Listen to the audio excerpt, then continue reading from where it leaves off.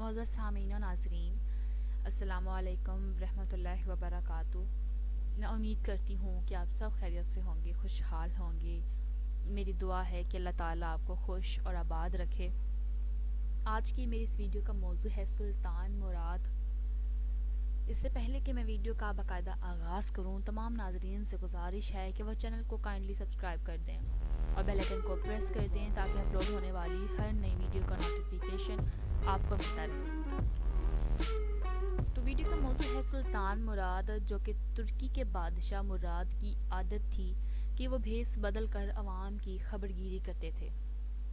بادشاہ نے ایک دن اپنے سیکیورٹی انچارج کو کہا کہ چلو کچھ وقت لوگوں میں گزارتے ہیں۔ شہر کے کنارے پر پہنچے تو دیکھا کہ ایک شخص گرا پڑا ہے۔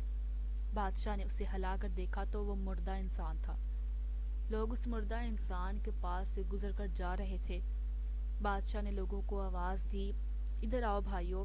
لوگ بڑی تعداد میں جمع ہو گئے، لیکن بادشاہ کو پہچان نہ سکے۔ لوگوں نے پوچھا کیا بات ہے؟ بادشاہ نے کہا یہ آدمی مرا پڑا ہے، اس کو کسی نے کیوں نہیں اٹھایا؟ کون ہے یہ اور اس کے گھر والے کہاں ہیں؟ لوگوں نے کہا یہ بہت برا اور گنہگار انسان ہے۔ بادشاہ نے کہا کیا یہ امت محمدی میں سے نہیں؟ چلو اٹھاؤ اور اس کے گھر لے چلو۔ لوگوں نے اس کی میت اٹھائی اور اس کے گھر پہنچا دی۔ اس کی بیوی نے خاوند کی لاش دیکھی تو رونے لگی۔ لوگ میت کو رکھ کر چلے گئے۔ بادشاہ اور اس کا سیکیورٹی انچارج وہیں عورت کا رونا سنتے رہے۔ بیوی روتے ہوئے کہہ رہی تھی، میں گواہی دیتی ہوں بے شک تو اللہ کا ولی ہے اور نیک لوگوں میں سے ہے۔ یہ سن کر بادشاہ کو بڑا تعجب ہوا۔ بادشاہ نے کہا یہ کیسے ہو سکتا ہے؟ لوگ تو اسے برا اور گنہگار بول رہے تھے، اس شخص کی میت کو ہاتھ لگانے کے لیے تیار نہ تھے، اور تم اسے اللہ کا ولی اور نیک بول رہی ہو۔ اس کی بیوی نے کہا مجھے بھی لوگوں سے یہی توقع تھی۔ مجھے معلوم تھا کہ اگر یہ انسان مر گیا تو اس کے متعلق اسی طرح کی باتیں کریں گے۔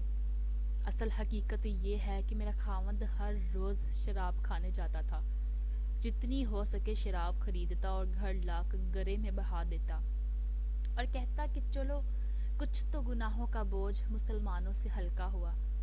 اسی رات کو ایک بری عورت کے پاس جاتا اور اس کو ایک رات کی اجرت دے دیتا اور اس کو کہتا کہ اپنا دروازہ بند کر لے، کوئی تیرے پاس نہ آئے، اور گھر آ کر کہتا الحمدللہ آج اس عورت کا اور نوجوان مسلمانوں کے گناہوں کا کچھ بوجھ میں نے ہلکا کر دیا۔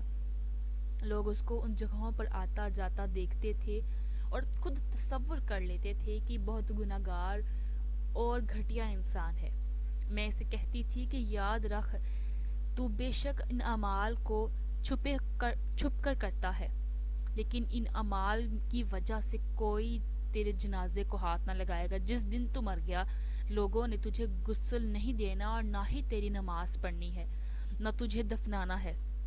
اور وہ مسکرا کر کہتا کہ گھبرا مت، تو دیکھے گی کہ میرا جنازہ وقت کا بادشاہ علماء اور اولیاء پڑھیں گے۔